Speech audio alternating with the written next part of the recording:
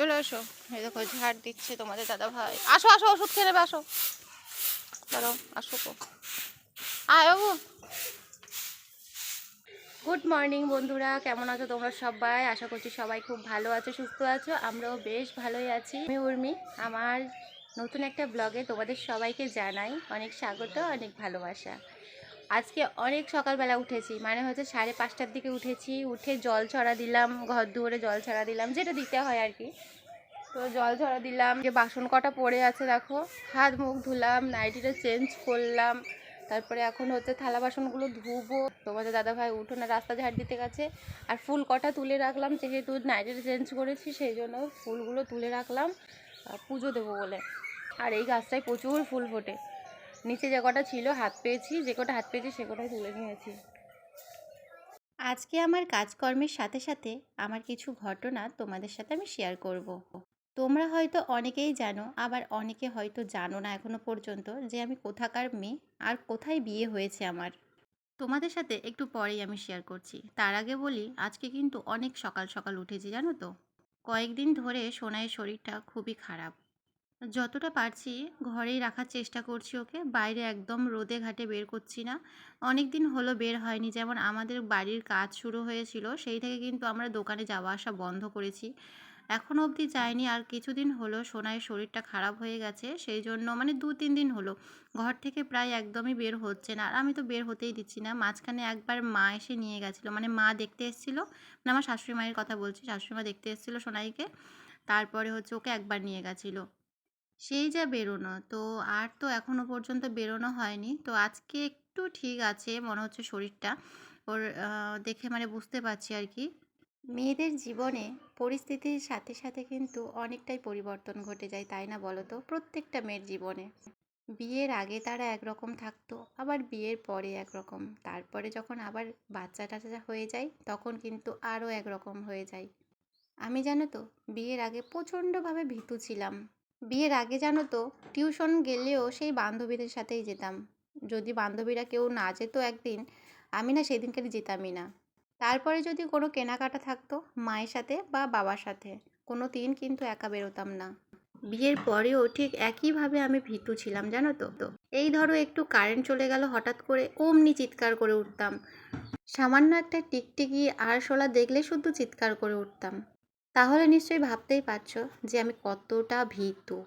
তারপর যখন এই যে সোনাই হয়ে গেল, তারপর আস্তে আস্তে ধীরে ধীরে কতটা শক্ত হয়েছি, কতটা সাহস হয়েছে এখন। মানে ভাবলেই অবাক লাগে যে আমি আগে কি ছিলাম আর এখন কি হলাম জানো তো। আমার বাড়ি হলো সুন্দরবন। মাত্র 2 মাসের আলাপে ফেসবুক থেকে আমার কিন্তু বিয়ে হয় তোমাদের দাদাভাইয়ের সাথে। দেখাশোনা একদমই নয়, এটা হচ্ছে নিজেদের পছন্দ মতন বিয়ে। বাড়িতে মেনে নেবে না, সেই জন্য বেরিয়ে পড়েছিলাম বরের হাত ধরে। অবশ্য ও আমাকে আনতে গেছিল। যখন আমি বাড়ি থেকে বেরিয়ে আসি তখনও আমি জানতাম না যে আমি কোথায় বিয়ে করতে চলেছি, বা কোথাকার ছেলে, বা কোথায় যাচ্ছি আমি কিচ্ছু জানি না জানো তো। একটা অচেনা অজানা ছেলেকে, যাকে আমি চিনি না জানি না কোথায় থাকে সে, সেটাও জানি না, পুরোপুরি অন্ধের মতন বিশ্বাস করে বেরিয়ে পড়েছিলাম তার হাত ধরে। বিয়ে করার গল্পটা তোমাদের সাথে অন্য একটা ভিডিওতে আমি শেয়ার করব। এখন আর করছি না পুরোটা। প্রথমত বলে দিই, আমার বাবার বাড়ি হচ্ছে পুরোপুরি বাঙাল, আর আমার শ্বশুর বাড়ি হচ্ছে পুরোপুরি ঘটি। মানে তোমরা বুঝতেই পারছো ঘটি বাঙালির কোনোদিন মিলমিশ হয় না। ছোট থেকেই একটা অন্যরকম পরিবেশে কিন্তু মানুষ হয়েছি। পুজো আচ্ছা থেকে শুরু করে বাড়ির যে কোনো নিয়ম সব কিছুই কিন্তু আলাদা আমাদের। তারপর বিয়ের পর যখন শ্বশুর বাড়িতে আসি, সেখানে এসে দেখি একদম পুরোপুরি আলাদা নিয়ম। বাড়ির নিয়ম থেকে শুরু করে একদম পুরো পুজো আচ্ছা, মানে পুরোটাই আমার কাছে অজানা। মানে আমার কাছে কোনো জানা কিছুই নেই এখানে। আমার শ্বশুরবাড়ি হচ্ছে মুর্শিদাবাদ, আর মুর্শিদাবাদের নিয়মকানুন তোমরা অবশ্য সবাই জানো। যারা মুর্শিদাবাদের লোকজন তারা সবাই জানো যে কেমন নিয়ম হতে পারে। আর আমাদের দক্ষিণ 24 পরগনা, তাহলে ভাবতে পারছো ঠিক উল্টোটা, একদম পুরোপুরি দুটো জেলা পুরো কিন্তু উল্টো। মানিয়ে নিতে একটু তো প্রবলেম হবেই, তাই না বলো? কেমন লেগেছে সোনা?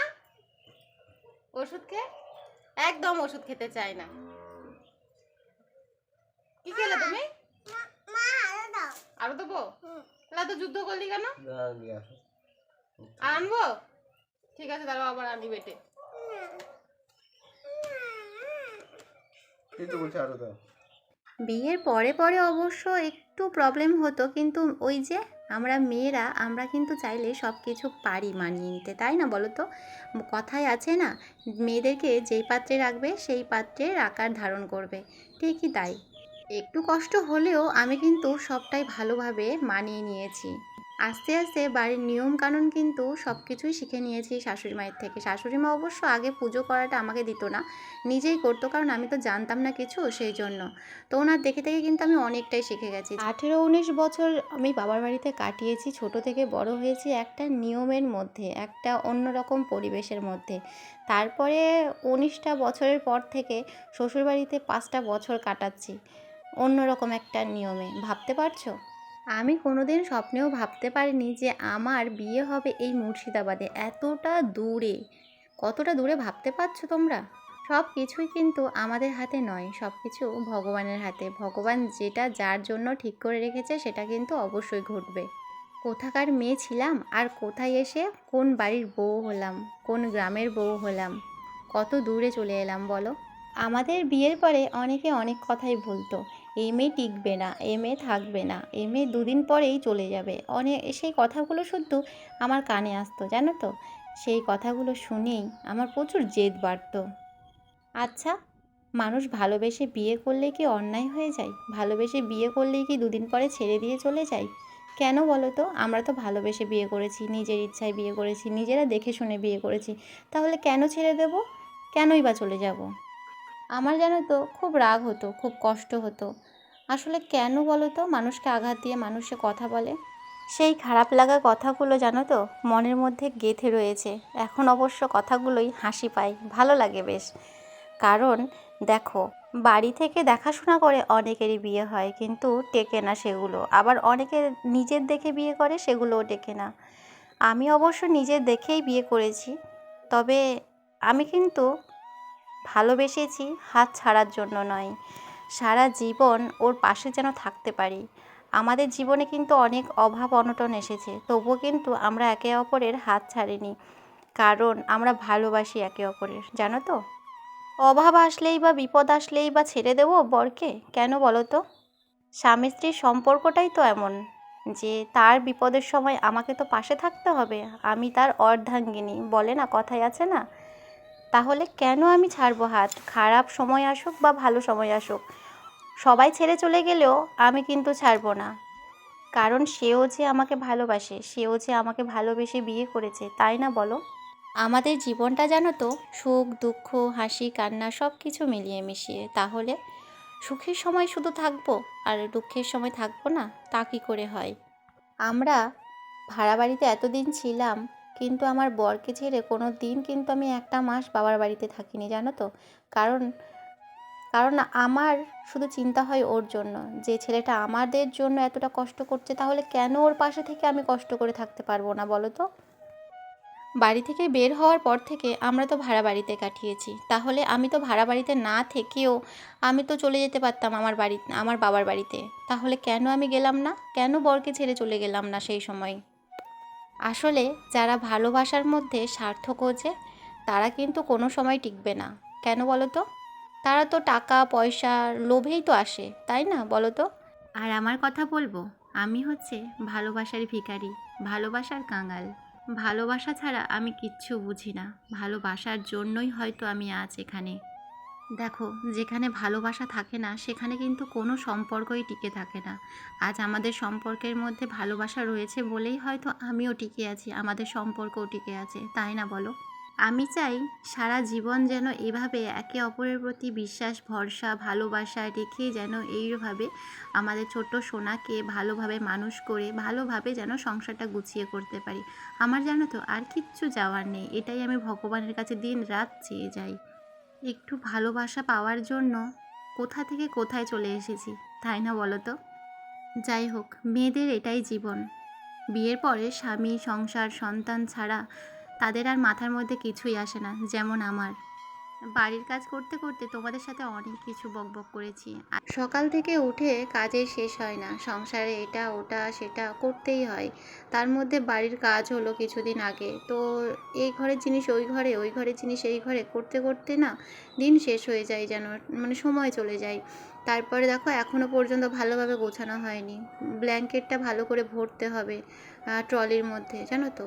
এখনও সেই চেয়ারের মধ্যেই রাখা আছে, মানে শুকনো করে যে চেয়ারের মধ্যে রেখে দিয়েছি, আর গোটানো হয়নি, সেগুলো গোটাতে হবে। এখনও অনেক কাজ বাকি আছে, সবে আস্তে আস্তে করছি। আর যেভাবে গরম পড়েছে না, ভালো লাগছে না কিছু, গরমের মধ্যে মানে একটু কাজ করতেই হাঁপিয়ে যাচ্ছি। প্রথমেই আমি সার্ফে ডুবিয়ে দিয়েছি বাসি জামা কাপড়গুলো। কেন বলো তো, বাসি কতগুলো থালা বাসন ছিল না, সেগুলো মাজতে মাজতে ততক্ষণ আমার সার্ফগুলো একটু ভিজবে, সেই জন্য বাসি থালা বাসন কটা মেজে মাত্রই চলে গেছিলাম সোনাইয়ের জন্য খাবার বানাতে। ওকে একটু ওটস বানিয়ে খাইয়ে টাইয়ে আবার দেখো চলে এলাম এদিকে। থালা বাসন কটাও ধুয়ে দিয়েছি, তো এবার জামা কাপড় কটা কেচে নিচ্ছি ভালো করে। ওদিকে না আবার বাবা আসবে, বাবা হচ্ছে কয়েকটা জিনিস নিয়ে আসবে, সেটা তোমরা দেখতেই পাবে। ওরকম করে চাপে না সোনাই, কার দোল না ওটা মাদুর, কার দোল না। এখানে ঘরে আসো, ঘরে এখানে চলিয়ে, এটা বাবুর দোল না। চলো আমি এটা দিয়ে আসি। এটা সোনার দোল না, আসে না সোনাই, খুব মজা লাগছে। দেখো বন্ধুরা, সোনাইয়ের ছোটোবেলাকার সেই দোলনাটা, সোনাই না খুব বায়না ধরেছে যে দোলনায় চাপবে, মানে এই দোলনাগুলোই চাপবে। এখানে একজনের আছে, তো সেইটা দেখে মানে ও চাইছে আর কি। তো ও ঠাম্মাকে ফোন করে বলেছিলাম যে বাবার হাতে এইগুলো পাঠিয়ে দেবে। চেয়ার আছে, ওর চেয়ার আছে, ঢোল আছে, এ দেখো ঢোল, ছোটোবেলাকার ঢোল, এটাও ঠাম্মা কিনে দিয়েছিল, চেয়ারটাও ঠাম্মা কিনে দিয়েছিল, আর দোলনাটা হচ্ছে ওর বাবাই কিনে দিয়েছিল ছোটোবেলায়, না শোনা? আতুর থেকে বেরিয়েই বাবা সব কিনে দিয়েছিল। ইয়ে ইয়ে, খুব মজা লাগছে। সোনাই দাদু চলে গেছে না বাবা, দাদু চলে গেল। দাদু এইগুলো সেটিং করে দিয়ে চলে গেল। দাদু দাদু মুড়ি খেলো না, দাদুকে মুড়ি খেতে বললাম, দুটো খেয়ে যাও খেয়ে যাও। একটু গ্লুকন্ডি জল করে দিলাম, খেলো, আর মুড়ি খেলো না, চলে গেল। বাবা এসেছিলো ওই যে সোনাইয়ের খেলনাপাতিগুলো দিতে, দোলনার জন্য খুব ঝোঁক করছিল জানো তো, সেই জন্য ছোটোবেলাকার ওই দোলনাটা নিয়ে আসতে বলেছিলাম বাবাকে। তো ওই যে দোলনা, ঢোল আর হচ্ছে চেয়ারটা দিয়ে গেছে। স্নান টান করে একদম চলে এলাম জামা কাপড়গুলো মেলতে মেলতে মেলতেই দেখো ওই সায়াটা পড়ে গেল। তো আবার ওটা তোকে ধুতে হবে, নয়তো একদম পুরো কাদা লেগে গেছে জানো তো। তো এই যে এদিকে হচ্ছে জামা কাপড়গুলো একটা একটা করে রোদে দিয়ে দিচ্ছি। যে গরম পড়েছে মাটিতে, মানে পুরো খালি পায়ে যাওয়া যাচ্ছে না, ওই জন্য চটি পরেছি, আর মাথায় গামছা নিয়েছি, গামছা জড়িয়ে নিয়েছি, এত রোদ লাগছে না। আর এই রোদটা একদম সহ্য করতে পারি না আমি, মানে পুরো অন্ধকার হয়ে যায় চোখ, মানে রোদে থাকবো কিছুক্ষণ, তারপরে ছাওয়াতে গেলে না অন্ধকার, কিছু দেখতে পাই না, তারপরে মাথা যন্ত্রণা শুরু হয়ে যায়, এমন অবস্থা হয়ে যায় জানো তো, প্রচুর রোদ উঠেছে। তাও কি করব, কাজগুলো তো সারতে হবে আমাকে, তাই না? তো এই যে মাদুরটা পড়েছিল, মাদুরটা রোদে দিয়েছিলাম সকালবেলা, ভালো করে মাদুরটা বিছিয়ে দিলাম, কারণ ভাবলাম যে বালিশগুলো এনে দিই। কাঁথাগুলো তো রোদে দেওয়া হয়েছে, ব্ল্যাঙ্কেটটাও শুকানো হয়ে গেছে, বালিশগুলো আগের দিনও একবার দিয়েছিলাম, তো আজকে সব বালিশগুলো এনে দেবো।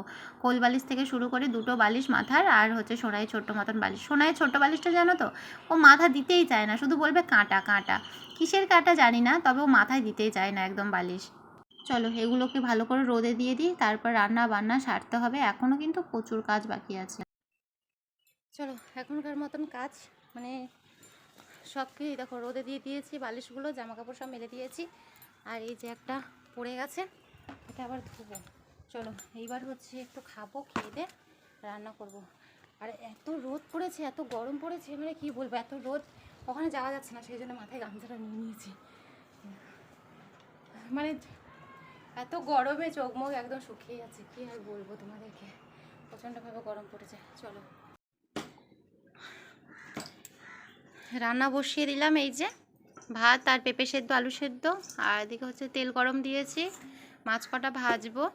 এখানটায় অনেক ধরনের মাছ আছে, অনেক ধরনের মানে এটা হচ্ছে পোনা মাছ, আর এটা হচ্ছে কী মাছ জানি না। এই যে পেটে ডিম ছিল, ডিমগুলো বার করে নিয়েছি, আর এই যে ছোট ছোট মাছ, এগুলো ভাজা করব।